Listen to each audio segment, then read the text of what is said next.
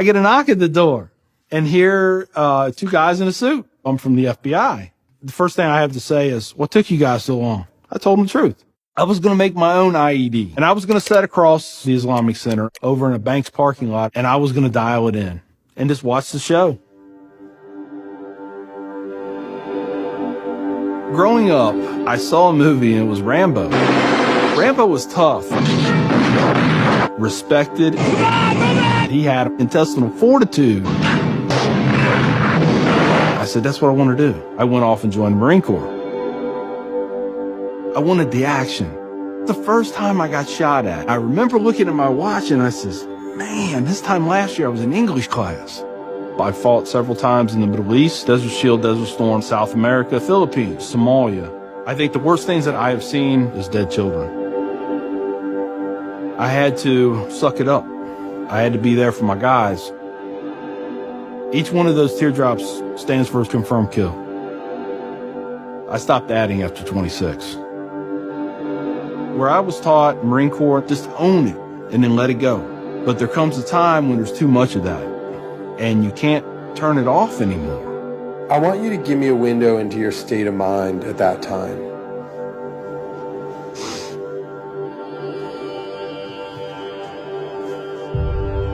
One time, my wife and I went to a DSW, and I saw in the distance these two women in black burqas in my store. I cried as I prayed for enough strength to go over there and break both their necks. I was just angry. I was just full of hate, and it just fed off itself. At that point, I was drinking a half-gallon of vodka every 2 days.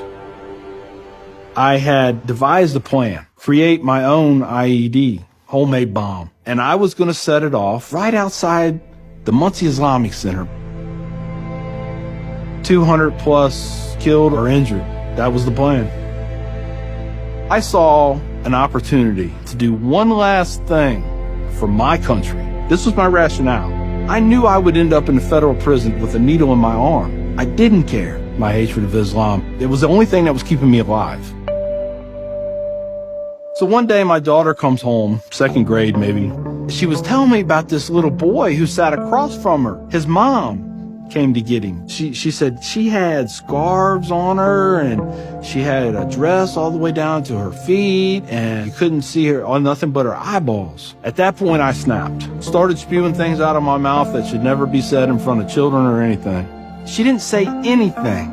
It was the look on her face. I remember my daughter looking at me like I was absolutely the craziest person on the face of the earth. She was my little buddy. She used to say we were road dogs. I know I saw it in her eyes. I made her question that love. And that's when the light bulb came on. I decided to give the people of this community one more chance. So I went to the Islamic Center. See a gentleman in the shoe room taking off his shoes. He looks at me and he smiles. He said, can I help you? And I said, yeah, I want you to teach me about Islam. So he went and he gave me a Quran. Read this. Come back when you have questions.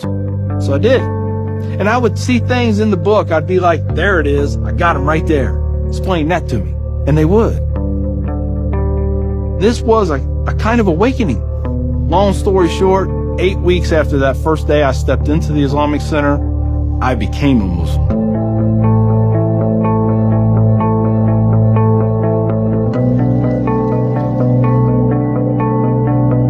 I'm a Muslim, a veteran, and a proud American.